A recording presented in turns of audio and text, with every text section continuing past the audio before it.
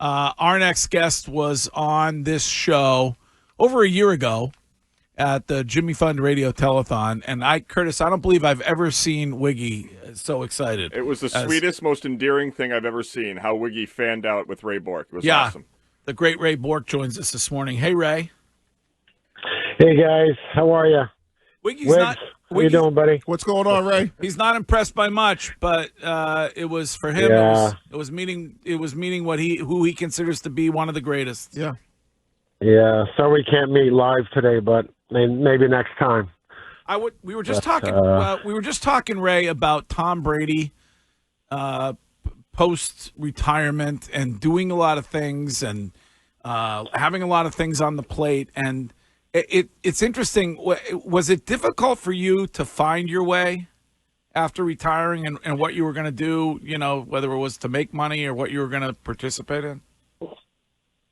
Well, you always want to continue making money, but it's really a tough adjustment because, like, 22 years of playing hockey and your schedule, every September till hopefully early June, and you know exactly what you're doing every single day, and all of a sudden you're scheduling yourself, and you find yourself with a lot of time on your hands. So it seems like Tom's been keeping pretty busy, doing a lot of different things, but those are a lot of pretty good adjustment to kind of fill up your time. We haven't spoken. We've spoken via text, but we haven't spoken on the show since we lost the great LB, Ray. Yes, yeah, that's quite a loss. I think there's something coming up, celebration of life for LB coming up soon. So I think there'll be a good turnout for that. Remind me, were you guys roommates at one point early on? No. Oh, okay. No, thank God. He and Greg were roommates. No. Yeah, we were. He did move in with me at one point when he needed a place to live. Ray. Greg tells a story. Greg tells a story of LB eating it nude in a shared hotel room in the early days of AAF. I could see that. LB didn't mind being in the nude everywhere. The locker room. Obviously we shower and all that stuff, but LB was it was a little more than just the shower with him walking around. Wiggy loves it. Wiggy loves being nude. Yeah, I'm a nude dude. I was the same way in the locker room. I would say, eyes up. You should be looking at me in the eyes anyway, so I could have a tux on for all you know. Ray, I can't figure out, when it comes to expectation for this season, I can't figure out what it should be. Like, where are you on this Bruins team? Yeah, it is a tough one. I think we're going to have to wait and see, but I think goaltending, I think should be very strong. Sway this year, I think, is coming in refreshed and in a good place mentally. He had a great world championship last year. The U.S. won gold, and he's coming off of that. And, he's got a lot to play for with the Olympics coming up. And I think their defense is going to be very strong. So I think those two things are going to be their strong points of their club. Obviously, when we think about scoring, that's the big point that not sure how they're going to score enough goals to win. Obviously Pasta's one of the best players in the world. I think they're going to be tougher to play against with the depth that they've gotten this summer. I think they'll be tough to play against. They'll be harder, but I think there'll be a lot of tight games and one-goal games that, hopefully they find themselves on the right side of the score for that. To start the season, offensively, I think there's an opportunity there for a couple of spots, I think, for guys to step up and to kind of take advantage of maybe those positions. But I could see something happening in the course of the season if there's a void in terms of scoring where they go out and get somebody at some point in time at the trading deadline or maybe before. Weird to you that they are going into the season without naming a captain? You see teams do that. I think Yeah, well, I think it just tells you that they're just want, maybe a couple of guys to step up and to take charge and to show that they're the guy. And I think they haven't seen that yet, so that's why you're seeing 3 assistants. Ray, can you walk me through that? Because coming from the world of the NFL, players, we vote for our captains, right? It's about the players and who they want to vote for. But it seems like in hockey, the captain or the assistant is given by the coaches. You guys don't vote for that, and why is that? Because I think you have friends, you have favorites, you have cliques, you have that kind of stuff where management and coaching, I think, really sees the importance on how guys approach their job on and off the ice, how they prepare, and you want your captain to be doing the right things in all areas. And when you look at a guy like Chara or Bergeron, I think it becomes very clear how they went about their business. And I'm not saying nobody, these guys have been under these leaders and they've had an amazing run and great chemistry and culture on that team. But I think when it comes to picking a captain in hockey, you look at the coaches and management that are always the people making that choice.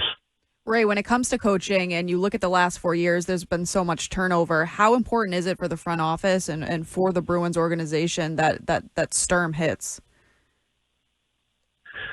Yeah, I think he's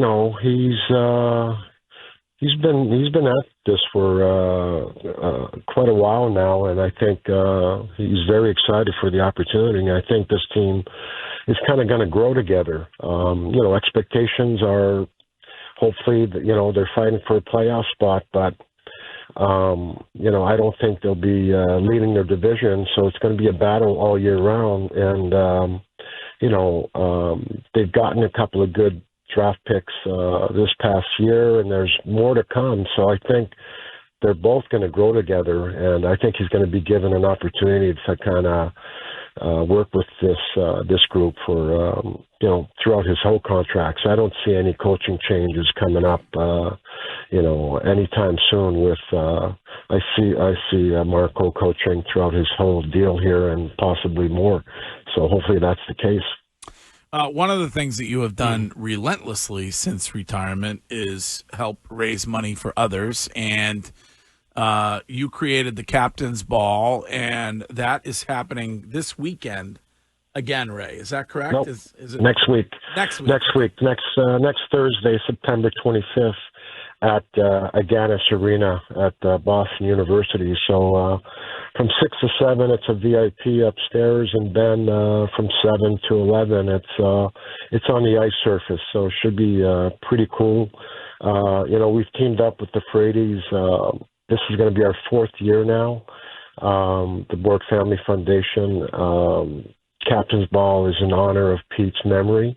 What Pete meant to the ALS community and with the Ice Bucket Challenge and everything that he brought in terms of attention and funds to ALS. We've teamed up after Pete passed. My wife and I decided that the Captain's Ball was going to be in Pete's memory. So this is our 4th year. Over the first 4 years, we've donated over $500,000 to ALS research that is out of the Healy Center, out of Mass General, and also funds go to the Pete Frady's Family Foundation that gives out grants to families affected with ALS.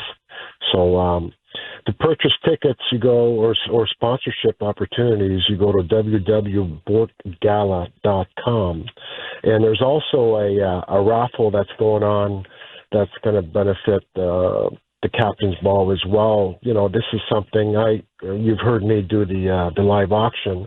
And this one, we kind of decided that we were going to do a raffle and try to raise money for this opportunity. This package includes 5 nights in March a stay at a 4-bedroom house in Wild Blue, right next to Fort Myers. It's in Estero, across the street from where I spend the winters, and it's an amazing house. The development is upscale. It sleeps 6 people, and you get to play. You have lunch with me. Up to 6 people could play golf with me at Wildcat Run, where I play in the winter. And then also a round of golf up to 6 people at Bonita Bay Club with John Frady. That's another amazing course.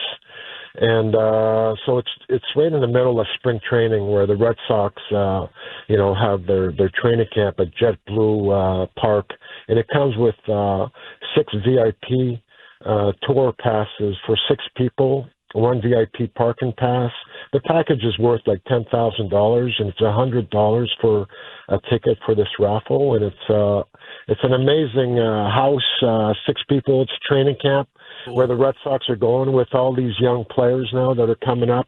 And you know how many people travel in the month of March to go watch spring training. Yeah. It's a great opportunity. So awesome. It's a nice raffle prize. And you go to www.borkgala.com to get your tickets. And all of you, by the way, are invited. Thank you. Next Thursday. Even if you want to swing by the VIP reception, that would be awesome. I'd love to see you, Wiggy. Okay, all right. We could chat. And now, if the raffle winners were interested, would you teach them the move? The move, it might be a different move on a golf course. Maybe it's I don't know about the move, but you know what? I do skate.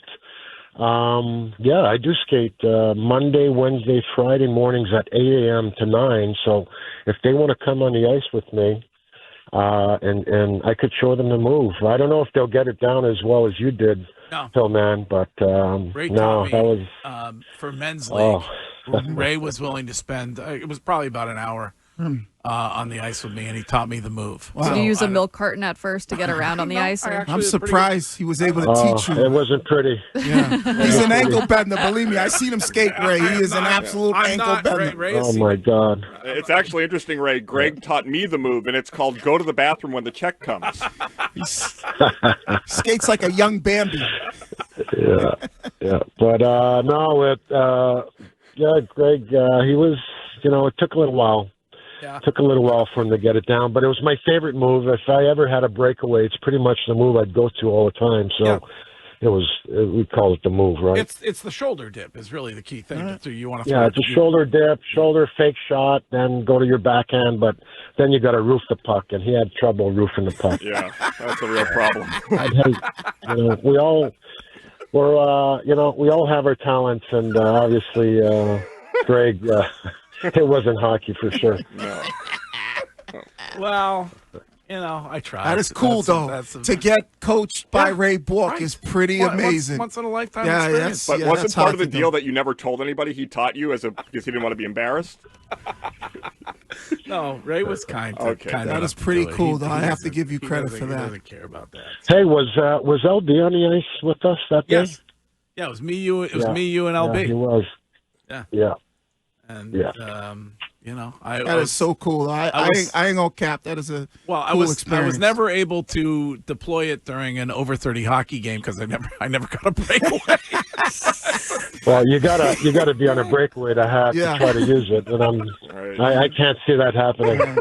Also, you have to float for that one. Hey, one last thing, not to just spend the entire time talking about what an incredible guy you are, but when you were with us for the Jimmy Fund Radio Telethon last year, you offered to golf with a bunch of guys, and I know that you just did that.